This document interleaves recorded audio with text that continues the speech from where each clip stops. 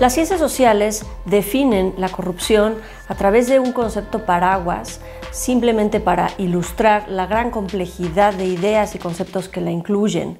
Pero la idea más antigua, el concepto más antiguo de corrupción, quiere decir la decadencia, en términos filosóficos platónicos, en donde el poder corrompe al hombre y es el hombre el que usa el poder en un beneficio personal y egoísta versus un beneficio social y común. Empíricamente es difícil definir la corrupción porque es un fenómeno multifactorial.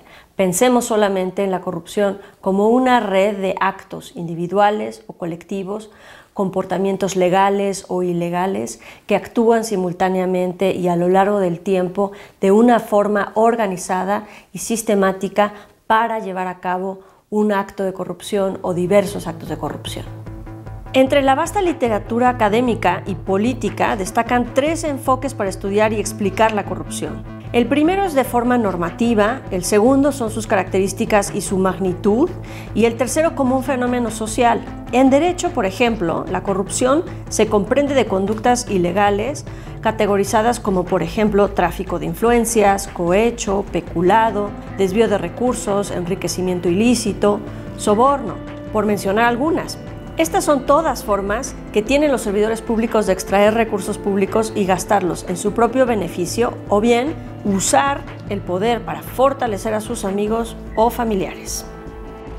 Pero los actos de corrupción se componen de acciones legales e ilegales y por ello las ciencias sociales han creado categorías para definir la magnitud de la corrupción, como los conceptos de gran corrupción, corrupción estructural, corrupción sistémica o endémica, pequeña corrupción, rentismo, clientelismo, que además buscan definir el fenómeno social.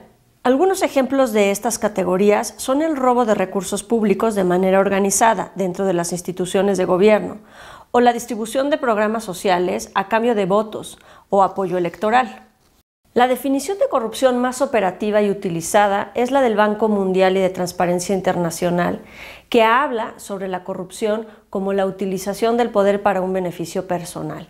Y esta definición tiene una connotación filosófica muy antigua, pero ha funcionado actualmente para poder entender básicamente de qué estamos hablando cuando hablamos de corrupción. Sin embargo, los esfuerzos por definir y comprender la corrupción deben de ir mucho más allá de una idea filosófica o de un concepto teórico. Necesitamos construir modelos cualitativos, cuantitativos y estadísticos que nos permitan entender la corrupción desde sus orígenes, desde sus causas, desde la forma en la que podamos modelarla, prevenirla, predecirla. Y ese es el gran reto en los estudios de corrupción.